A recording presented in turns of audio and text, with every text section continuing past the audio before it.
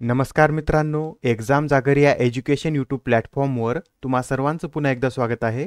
तर मित्रांनो, या आधीच्या सत्रामध्ये मी तुम्हाला एक प्रश्न विचारला होता आणि प्रश्न काय होता? तर कुनमिंग मॉन्ट्रियल कराराअंतर्गत 2030 पर्यंत पृथ्वीचा किती टक्के भाग संरक्षित क्षेत्र बनविण्याचे लक्ष्य ठेवण्यात आले आहे? तर या प्रश्नाचं योग्य उत्तर आहे पर्याय क्रमांक 1. म्हणजेच या कराराअंतर्गत पृथ्वीचा 30% भाग हा संरक्षित क्षेत्र बनविण्याचे लक्ष्य ठेवण्यात आलेला आहे. आणि तसेच हा जो करार आहे या करारामध्ये 4 ध्येय आणि 23 उद्दिष्टे ठेवण्यात आलेली आहेत आणि ही जी 4 ध्येय आणि 23 उद्दिष्ट आहेत ही 2030 पर्यंत प्राप्त करण्याचे लक्ष्य ठेवण्यात आलेलं आहे. आणि या कराराच्या तरतुदीनुसार श्रीमंत देशांनी 2025 पर्यंत दरवर्षी किमान $20 अब्ज आणि 2030 पर्यंत दरवर्षी किमान $30 अब्ज हे विकसनशील देशांना द्यावेत अशी तरतूद सुद्धा करण्यात आलेली आहे. आणि मित्रांनो, तुमच्यासाठी जो डेली प्रश्न असतो त्याचं कमेंटमध्ये उत्तर देण्याचा प्रयत्न करत चला जा. उत्तर चुकलं तरी काय हरकत नाही, कारण ज्यावेळेस तुम्हाला या प्रश्नाचं योग्य उत्तर माहित होतं त्यावेळेस हे प्रश्न तुमच्या दीर्घकाळापर्यंत लक्षात राहतात. तर आता आजच्या सत्राचा पहिला प्रश्न पहा. आता नुकतेच कोणत्या कंपनीने भारतातील पहिले ग्रीन स्टील ब्रँड लॉन्च केले आहे? तर नुकतेच आता पुणे स्थित कल्याणी ग्रुपने भारतातील पहिले ग्रीन स्टील ब्रँड लॉन्च केलेला आहे. आणि या ब्रँडला काय नाव देण्यात आलेलं आहे?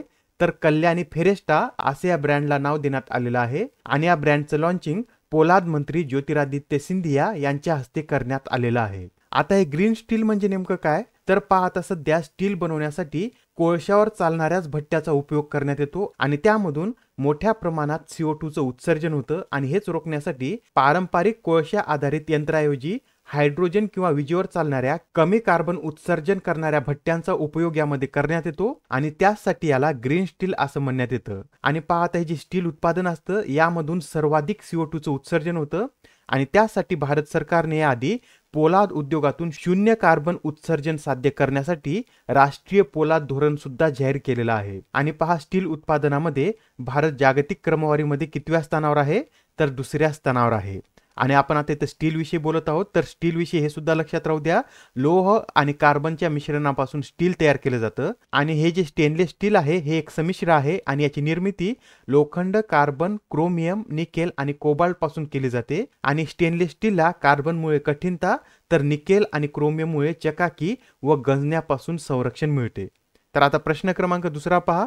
युनेस्कोच्या जागतिक वारसा स्थळांच्या तात्पुरत्या यादीत भारतातील किती स्थळांचा समावेश करण्यात आला आहे? तर आता युनेस्कोच्या जागतिक वारसा स्थळांच्या तात्पुरत्या यादीमध्ये भारतातील 3 स्थळांचा समावेश करण्यात आलेला आहे. आणि आता ही जी 3 स्थळे आहेत त्यापैकी 2 स्थळे ही गुजरातमधील आहेत आणि एक स्थळ हे त्रिपुरा राज्यातील आहेत. आणि ती स्थळे सुद्धा आपण पाहून घेऊया.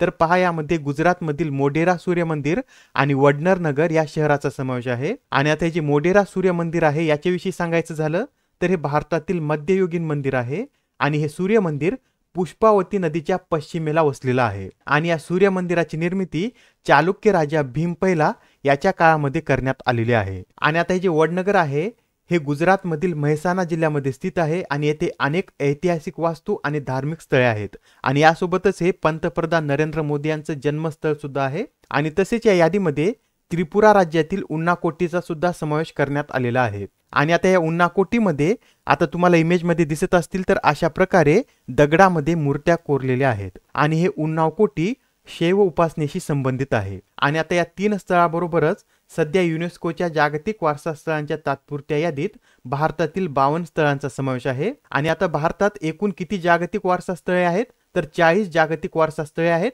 त्यामध्ये 32 सांस्कृतिक, 7 नैसर्गिक आणि एका मिश्र वारसा स्थळाचा समावेश आहे. आणि आता प्रश्न क्रमांक 3 पहा. डिजिटल इंडिया पुरस्कार 2022 मध्ये गृहनिर्माण आणि शहरी व्यवहार मंत्रालयाने कोणता पुरस्कार जिंकला आहे?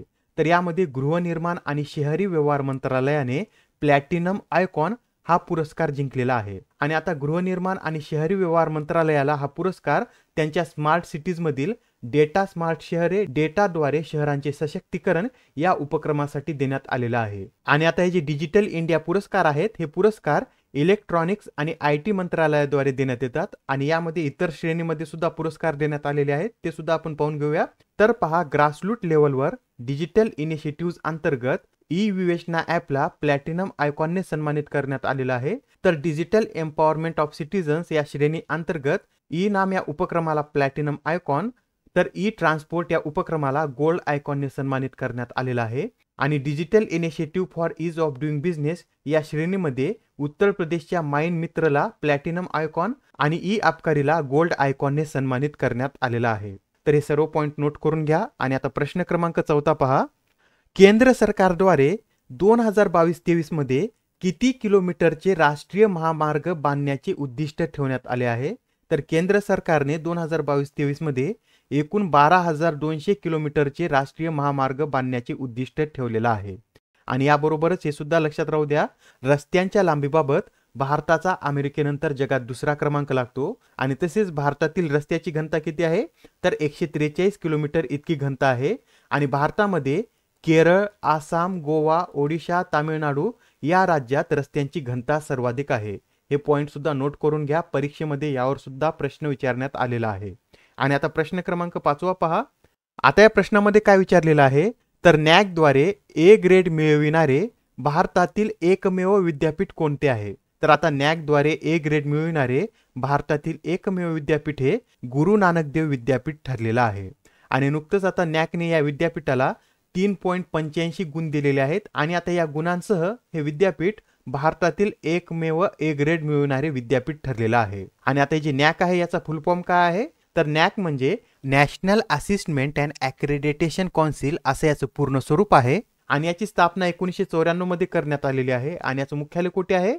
तर बेंगळूर येथे या नॅकचं मुख्यालय आहे. आणि आता जे गुरु नानक देव विद्यापीठ आहे याची स्थापना कधी करण्यात आलेली आहे? तर या विद्यापीठाची स्थापना श्री गुरु नानक देवजी यांच्या 500व्या जयंतीनिमित्त म्हणजेच 24 नोव्हेंबर 1969 रोजी करण्यात आलेले आहे. आणि हे विद्यापीठ अमृतसरमध्ये स्थित आहे. आणि तसेच या विद्यापीठाने सर्वाधिक 23 वेळा मौलाना अबुल कलाम आझाद हा पुरस्कार जिंकलेला आहे. आणि याचे कुलगुरू कोण आहेत? तर डॉक्टर जसपाल सिंग संधू हे या विद्यापीठाचे कुलगुरू आहेत. आणि आता प्रश्न क्रमांक 6 पहा. भारतीय नौदलात सामील करण्यात आलेल्या भारतातील पहिल्या पाणबुडी विरोधी कार्वेट जहाजाचे नाव काय आहे? तर पहा, आता नुकतंच भारतीय नौदलामध्ये भारतातील पहिल्या पाणबुडी विरुद्ध कार्वेट जहाजाचा समावेश करण्यात आलेला आहे. आणि या जहाजाचं नाव INS अर्नाळा असं आहे. आणि याचं अनावरण कोणाच्या हस्ते करण्यात आलेलं आहे? तर संरक्षण मंत्रालयाच्या आर्थिक सल्लागार रसिका चौबे यांच्या हस्ते या जहाजाचं अनावरण करण्यात आलेलं आहे. आणि या जहाजाची निर्मिती कोणत्या शिप बिल्डर्सने केलेली आहे? तर कोलकाता स्थित Garden Reach ship builders and engineers limited द्वारे या जहाजाची निर्मिती करण्यात आलेली आहे.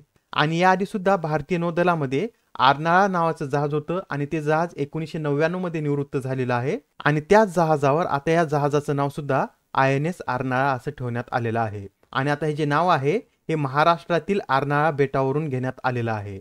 आणि या जहाजाची एकूण लांबी किती आहे?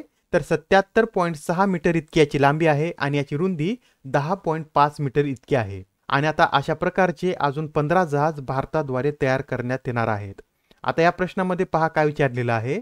तर वडोदरा येथील गतिशक्ती विद्यापीठाचे पहिले कुलपती म्हणून कोणाची नियुक्ती करण्यात आली आहे? तर आता वडोदरा येथील गतिशक्ती विद्यापीठाचे पहिले कुलपती म्हणून अश्विनी वैष्णव यांची नियुक्ती करण्यात आलेली आहे. आणि याबरोबरच या विद्यापीठाच्या कुलगुरुपदी डॉक्टर मनोज चौधरी यांची नियुक्ती करण्यात आलेली आहे. दोन्ही नाव लक्षात राहू द्या, अत्यंत महत्त्वाचा प्रश्न आहे. वडोदरा येथील गतिशक्ती विद्यापीठाचे पहिले कुलपती म्हणून अश्विनी वैष्णव यांची नियुक्ती करण्यात आलेली आहे. आणि पहिले कुलगुरू म्हणून डॉक्टर मनोज चौधरी यांची नियुक्ती करण्यात आलेली आहे. आणि आता हे जे वडोदरा येथील गतिशक्ती विद्यापीठ आहे याला जुलै 2022 मध्येच केंद्रीय विद्यापीठाचा दर्जा देण्यात आलेला आहे. आणि याआधी सुद्धा काही महत्त्वाच्या नियुक्त्या करण्यात आल्या होत्या, त्या सुद्धा आपण एकदा रिवाइज करून घेऊया. तर पहा, BPCL चे अध्यक्ष आणि MD म्हणून वेत्सा रामाकृष्ण गुप्ता यांची नियुक्ती करण्यात आलेली आहे. प्रसार भारतीचे CEO म्हणून गौरव द्विवेदी, संरक्षण सचिव म्हणून गिरीधर अरमाने, नीती आयोगाचे पूर्णवेळ सदस्य म्हणून अरविंद विरमानी, भारताचे निवडणूक आयुक्त या पदी अरुण गोयल आणि आंतरराष्ट्रीय हॉकी महासंघाचे अध्यक्ष या पदावर तय्यब इक्राम यांची नियुक्ती करण्यात आलेली आहे. आणि आता प्रश्न क्रमांक 8 पहा. आता नुकतेच द लाईट वी कॅरी हे पुस्तक प्रकाशित झालेलं आहे. तर आता या पुस्तकाचे लेखक कोण आहेत हे आपल्याला यामध्ये विचारलेलं आहे. तर द लाईट वी कॅरी या पुस्तकाच्या लेखिका मिशेल ओबामा या आहेत.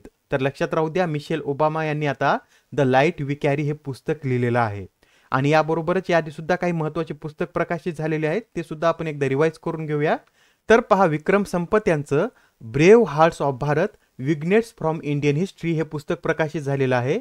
सायमन सिबॅक मॉन्टिफ्योर यांचं the world a family history, Shane Watson यांचं winning the inner battle, Vimal Jalan यांचं from dependence to self reliance, Sahil Seth यांचं a confused mind story, Shashi Tharoor यांचं आंबेडकर अ लाईफ आणि स्टीफन बार्कर यांचं लायन ऑफ द स्काईज हे पुस्तक प्रकाशित झालेलं आहे. आणि आता नेक्स्ट क्वेश्चन पहा. आता नुकतेच पेटा इंडियाद्वारे पर्सन ऑफ द इयर या पुरस्काराने कोणाला सन्मानित करण्यात आला आहे? तर पेटा इंडियाद्वारे पर्सन ऑफ द इयर या पुरस्काराने सोनाक्षी सिन्हा यांना सन्मानित करण्यात आलेला आहे. आणि आता प्रश्न क्रमांक 10 पहा. भारतामध्ये दरवर्षी राष्ट्रीय गणित दिवस कधी साजरा केला जातो? तर आता राष्ट्रीय गणित दिवस भारतामध्ये दरवर्षी 22 डिसेंबर रोजी साजरा केला जातो. आणि हा जो दिवस आहे हा 22 डिसेंबर रोजीच का साजरा केला जातो? तर 22 डिसेंबर 1887 रोजी श्रीनिवास रामानुजन यांचा जन्म झाला होता आणि त्यांचा जन्मदिवस भारतामध्ये 2012 पासून राष्ट्रीय गणित दिवस म्हणून साजरा करण्यात येत आहे. आणि याबरोबरच हे वन लाइनर सुद्धा नोट करून घ्या. कोणत्या संस्थेने climate investment opportunities in India cooling sector हा अहवाल प्रसिद्ध केला आहे? तर हा अहवाल जागतिक बँकेने प्रसिद्ध केलेला आहे. आणि आता नुकतेच कोणत्या शहरामध्ये G20 डेव्हलपमेंट वर्किंग ग्रुप बैठकीचे आयोजन करण्यात आले होते? तर या बैठकीचे आयोजन मुंबईमध्ये करण्यात आले होते. आणि आता अलीकडेच कोणत्या राज्याने राज्याच्या विद्यापीठांच्या कुलगुरू पदावरून राज्यपालांना हटवून एका तज्ज्ञाची नियुक्ती करण्याचे विधेयक मंजूर केले आहे? तर आता असे विधेयक केरळ या राज्यानं मंजूर केलेलं आहे. आणि आता भारताचे सरन्यायाधीश DY चंद्रचूड यांनी कोणत्या राज्यामध्ये 10 जिल्हा न्यायालय डिजिटलायझेशन हबचे उद्घाटन केले आहे? तर नुकतेच आता ओडिशा या राज्यामध्ये 10 जिल्हा न्यायालय डिजिटलायझेशन हबचे उद्घाटन करण्यात आलेलं आहे.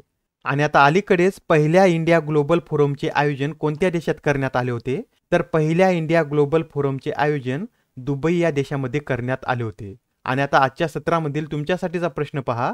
2022 साठीच्या ITF वर्ल्ड चॅम्पियन्स या पुरस्काराने कोणाला सन्मानित करण्यात आले आहे?